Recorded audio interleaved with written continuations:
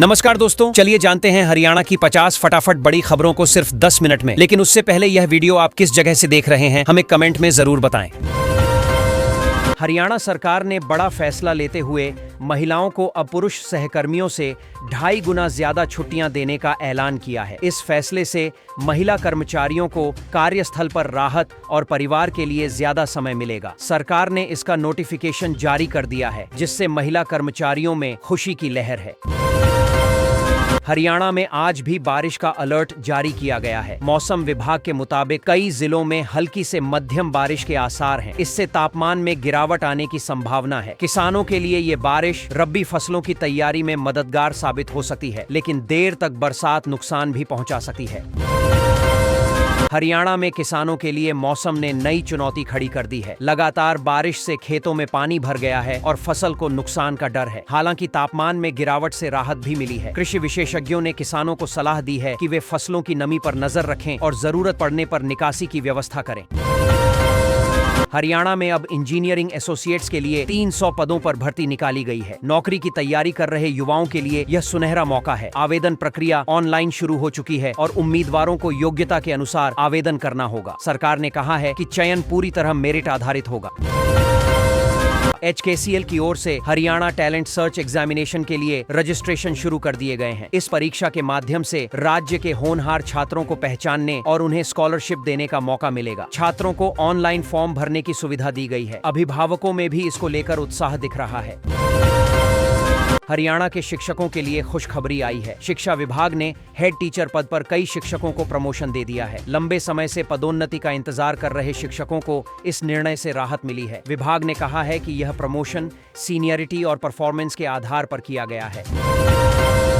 हरियाणा के एक जिले में नया केंद्रीय विद्यालय खुलने जा रहा है। इससे स्थानीय छात्रों को अब दूर शहरों में पढ़ने की जरूरत नहीं पड़ेगी। सरकार ने जमीन आवंटन प्रक्रिया पूरी कर ली है और निर्माण कार्य जल्द शुरू होगा। यह विद्यालय आधुनिक सुविधाओं से लैस होगा। हरियाणा सरकार ने जापान दौरे के दौरान बड़े निवेश समझौते किए हैं। इससे राज्य में रोजगार के नए अवसर खुलेंगे। मुख्यमंत्री नायब सैनी ने कहा कि विदेशी कंपनियां हरियाणा में उद्योग लगाने के लिए उत्सुक हैं। निवेश से हजारों युवाओं को नौकरी मिलेगी और अर्थव्यवस्था को मजबूती मिलेगी। फरीदाबाद में सूरजकुंड दिवाली मेला धूमधाम से चल रहा है। 4 दिन में 20,000 से ज्यादा पर्यटक यहां पहुंच चुके हैं। मेले में मक्का के छिलकों से बने अनोखे उत्पाद लोगों को खूब आकर्षित कर रहे हैं। स्थानीय कारीगरों और हस्तशिल्पकारों को भी इससे अच्छा कारोबार मिल रहा है। फरीदाबाद की सड़कों पर आवारा पशुओं ने लोगों का जीना मुश्किल कर दिया है। आए दिन सड़क हादसों में लोग घायल हो रहे हैं। स्थानीय निवासियों ने नगर निगम से सख्त कार्रवाई की मांग की है। निगम का कहना है कि टीम गठित कर पशुओं को पकड़ने की प्रक्रिया शुरू की जा चुकी है। फरीदाबाद के एक इलाके में प्रशासन ने बड़ी कार्रवाई करते हुए 10 एकड़ जमीन पर बने अवैध घरों को ध्वस्त कर दिया। बताया जा रहा है कि यहां बिना अनुमति कॉलोनी विकसित की जा रही थी। प्रशासन ने चेतावनी दी है कि ऐसे अवैध निर्माण करने वालों पर कड़ी कार्रवाई होगी।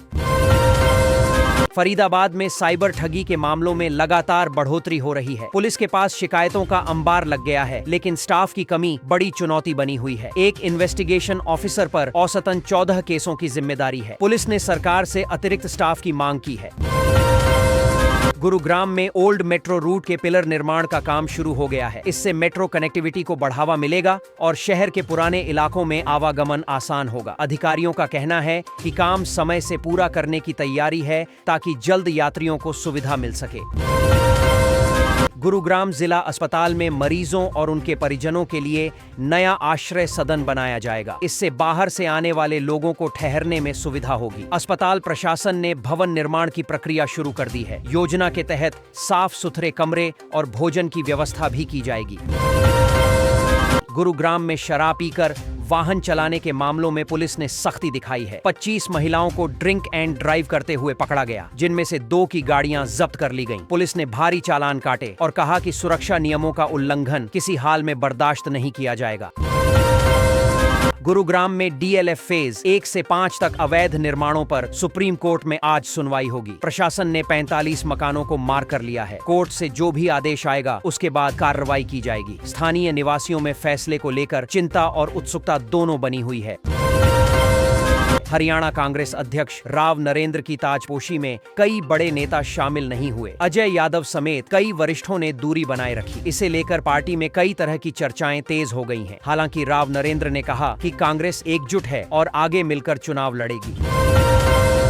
हरियाणा में डेंगू के मामलों में तेजी से बढ़ोतरी हो रही है। अब तक मरीजों की संख्या 900 पार कर गई है। रेवाड़ी जिला सबसे ज्यादा प्रभावित है। स्वास्थ्य विभाग ने कहा है कि मच्छर नियंत्रण के लिए अभियान चलाया जा रहा है और अस्पतालों में पर्याप्त दवाइयां उपलब्ध कराई गई हैं।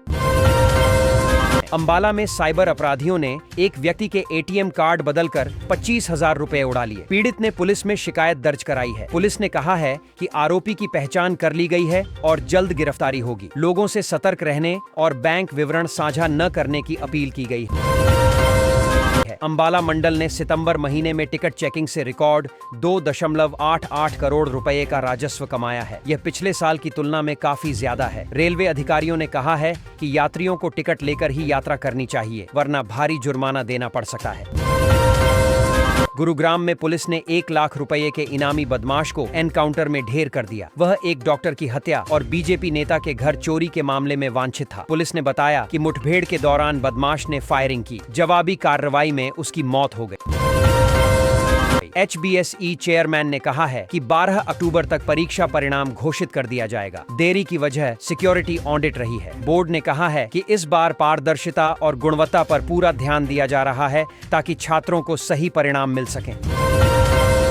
हरियाणा में बड़े स्तर पर निवेश के समझौते हुए हैं। इससे औद्योगिक विकास को गति मिलेगी और हजारों युवाओं को रोजगार मिलेगा। मुख्यमंत्री ने कहा कि सरकार निवेशकों को बेहतर माहौल देने के लिए लगातार काम कर रही है। जापान द्वारा इसी दिशा में एक अहम कदम साबित हुआ है। जिले में 26 युवाओं को ड्रोन उड़ान कौशल का प्रशिक्षण दिया जाएगा। यह कार्यक्रम युवाओं को आधुनिक तकनीक से जोड़ने की दिशा में उठाया गया कदम है। प्रशिक्षण पूरा करने के बाद उन्हें प्रमाण पत्र भी मिलेगा। प्रशासन ने बताया कि इससे युवाओं को रोजगार के अवसर बढ़ेंगे। हरियाणा में मुख्यमंत्री नायब सिंह सैनी ने राज्य की योजनाओं की समीक्षा बैठक की। उन्होंने अधिकारियों को सख्त निर्देश दिए कि किसी भी योजना में लापरवाही बर्दाश्त नहीं की जाएगी। योजनाओं की प्रगति रिपोर्ट नियमित रूप से मुख्यमंत्री कार्यालय को भेजने का आदेश भी दिया गया। दयालपुर अरुआ नर्सिंग कॉलेज का गृह मंत्री अमित शाह ने वर्चुअल उद्घाटन किया। उन्होंने कहा कि इससे युवाओं को रोजगार के नए अवसर मिलेंगे और स्वास्थ्य क्षेत्र को मजबूती मिलेगी। कॉलेज में आधुनिक लैब और हॉस्टल सुविधाएं भी तैयार की गई हैं। हरियाणा सरकार ने किसानों के लिए बड़ी राहत देते हुए खरीफ फसलों का 543.66 करोड़ रुपए का MSP भुगतान कर दिया है। यह राशि सीधे किसानों के खातों में भेजी गई है ताकि उन्हें मंडियों में किसी प्रकार की परेशानी न हो। हरियाणा सरकार ने किसानों को चेतावनी दी है कि पराली जलाने पर अब जेल भेजा जाएगा। सरकार ने कहा है कि खेतों में आग लगाने से पर्यावरण को भारी नुकसान होता है। आदेशों का उल्लंघन करने वालों पर सख्त कार्रवाई होगी। हरियाणा में हरपथ ऐप लॉन्च किया गया है, जिसके जरिए लोग खराब सड़कों की शिकायत ऑनलाइन कर सकेंगे। इस ऐप से सड़क मरम्मत की प्रक्रिया पारदर्शी होगी और शिकायतकर्ता को काम की स्थिति की जानकारी भी मिलती रहेगी। हरियाणा के सरकारी स्कूलों में अब महिला शिक्षकों को पुरुषों की तुलना में 2.5 गुना अधिक आकस्मिक अवकाश मिलेंगे। सरकार का कहना है कि यह निर्णय महिलाओं के पारिवारिक दायित्वों को ध्यान में रखकर लिया गया है। गोहाना में 50 बेड वाला नया ICU वार्ड बनाया जाएगा। इससे गंभीर मरीजों को अब दूसरे अस्पतालों में रेफर नहीं करना पड़ेगा। जिला प्रशासन ने कहा कि इससे स्थानीय स्वास्थ्य सेवाओं में काफी सुधार होगा। फरीदाबाद के सरकारी विद्यालय के विद्यार्थियों के लिए खुशखबरी है। राज्य सरकार ने घोषणा की है कि जल्द ही स्कूल के लिए नया भवन बनाया जाएगा। नए भवन में स्मार्ट क्लास और आधुनिक प्रयोगशालाएं भी होंगी। हरियाणा में अब सरकारी मामलों में तारीख पर तारीख का सिलसिला खत्म होगा। सरकार ने आदेश दिया है कि सभी सरकारी केसों का निपटारा 120 दिनों के भीतर किया जाए। इसका उद्देश्य न्याय प्रक्रिया को तेज और पारदर्शी बनाना है। हरियाणा में PNB बैंक में काउंसलर पदों के लिए भर्ती निकाली गई है। इच्छुक उम्मीदवार बैंक की वेबसाइट से आवेदन कर सकते हैं। यह पद वित्तीय साक्षरता केंद्रों के संचालन और ग्रामीण क्षेत्रों में जागरूकता फैलाने से जुड़े हैं। दीपावली पर बिजली निगम ने पूरी तैयारी कर ली है। इस बार गुरुग्राम के उपभोक्ताओं को त्योहारों में बिजली कट की टेंशन नहीं रहेगी। निगम ने कहा है कि 24 घंटे लगातार सप्लाई दी जाएगी और मेंटेनेंस टीमें चौकन्नी रहेंगी ताकि किसी भी इलाके में अंधेरा न हो। फरीदाबाद के तिगांव में पीएम श्री गर्ल्स स्कूल बनकर तैयार है। 3 मंजिला इस इमारत में 30 कमरे हैं। लाइब्रेरी, साइंस लैब और स्मार्ट क्लास की सुविधाएं भी दी गई हैं। अब इलाके की बेटियों को पढ़ाई के लिए दूर नहीं जाना पड़ेगा, हर सुविधा यहीं मिलेगी। फरीदाबाद के किसानों के लिए बड़ी राहत आई है। अब यमुना पार करने में परेशानी नहीं होगी। सरकार ने घोषणा की है कि 2 नए पंटून पुल बनाए जाएंगे। इससे खेतों तक पहुंचना आसान होगा और समय, ईंधन दोनों की बचत होगी। किसान बहुत खुश हैं। हरियाणा रोडवेज में अप्रेंटिस पदों के लिए आवेदन शुरू हो गए हैं। युवाओं के लिए ये अच्छा मौका है क्योंकि ट्रेनिंग के बाद सरकारी नियुक्ति की संभावना भी रहती है। आवेदन ऑनलाइन लिए जा रहे हैं और अंतिम तारीख जल्द घोषित की जाएगी। हरियाणा में अप्रेंटिस भर्ती 2025 के तहत 20,000 से ज्यादा पदों पर आवेदन मांगे गए हैं। यह राज्य सरकार की बड़ी पहल मानी जा रही है ताकि युवाओं को रोजगार और स्किल ट्रेनिंग दोनों मिल सके। आवेदन प्रक्रिया पूरी तरह डिजिटल रखी गई है।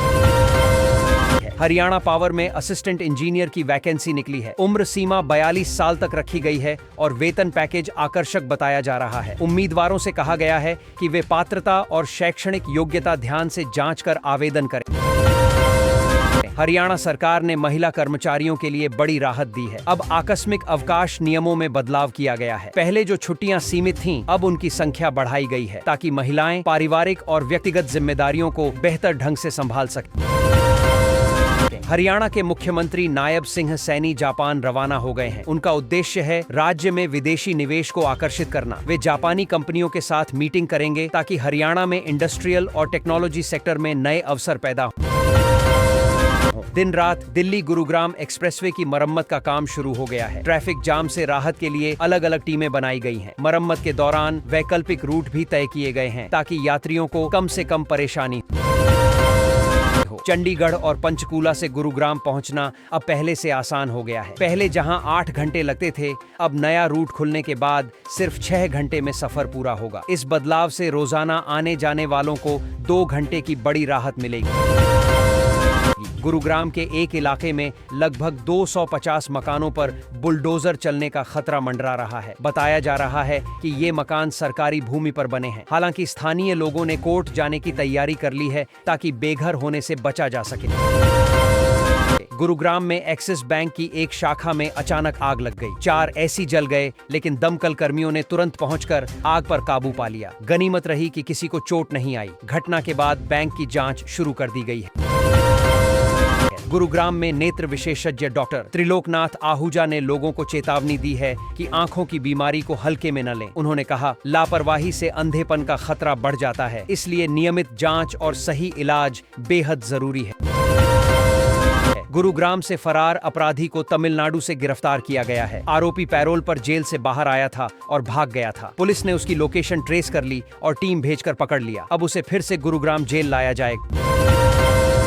हरियाणा के कई जिलों में तेज आंधी और बारिश ने जनजीवन अस्त व्यस्त कर दिया। कई सड़कों पर पानी भर गया और ट्रैफिक जाम लग गया। बिजली भी कई जगहों पर ठप रही। मौसम विभाग ने लोगों से सतर्क रहने की सलाह दी है। हरियाणा में मौसम विभाग ने फिर से तेज बारिश और आंधी का अलर्ट जारी किया है। कहा गया है कि अगले 48 घंटे में कई इलाकों में झमाझम बारिश हो सकती है। किसानों को फसलों को सुरक्षित रखने की सलाह दी गई। पंजाब हरियाणा हाई कोर्ट ने एक अहम टिप्पणी की है। कोर्ट ने कहा कि सेना में लंबे समय तक तनाव और दबाव रहने से कैंसर जैसी गंभीर बीमारी हो सकती है। ये टिप्पणी एक पूर्व सैनिक के केस की सुनवाई के दौरान दी गई। हरियाणा की बेटी अराशिका ने यूपीएसएससी आईएएस परीक्षा में देश भर में 15वां रैंक हासिल किया है। चौथे प्रयास में उन्होंने सफलता पाई। परिवार और स्कूल के शिक्षकों ने उसकी मेहनत और लगन की जमकर तारीफ की है। हरियाणा पावर स्पोर्ट्स ग्रुप की लड़कियों की टीम ने सीबीएसई नेशनल बैडमिंटन टूर्नामेंट में शानदार जीत दर्ज की है। टीम ने फाइनल में दमदार प्रदर्शन कर राज्य का नाम रोशन किया। खिलाड़ियों का स्वागत फूल मालाओं से किया गया। हरियाणा के 2 व्यक्ति भुवनेश्वर में जालसाजी के आरोप में गिरफ्तार किए गए हैं। बताया जा रहा है कि दोनों ने फर्जी दस्तावेजों से बड़ी रकम ठगी थी। पुलिस अब यह पता लगाने में जुटी है कि क्या इनके अन्य राज्यों में भी संपर्क हैं। गुरुग्राम के 5 सबसे अमीर लोगों की लिस्ट सामने आई है। इनमें रियल एस्टेट, टेक और ऑटो सेक्टर से जुड़े उद्योगपति शामिल हैं। इनकी संपत्ति सैकड़ों हजारों करोड़ में है और ये शहर की आर्थिक पहचान माने जाते हैं। कांग्रेस ने हरियाणा में वोट चोरी के आरोपों को लेकर हस्ताक्षर अभियान शुरू किया है। पार्टी ने कहा कि लोकतंत्र को बचाने के लिए जनता की आवाज उठाना जरूरी है। कई जिलों में कार्यकर्ताओं ने इस मुहिम में हिस्सा लिया। हरियाणा के किसान संगठनों की चिंताओं को लेकर अनुराग ढांडा ने बयान दिया है। उन्होंने कहा कि सरकार किसानों की हर समस्या सुनने को तैयार है,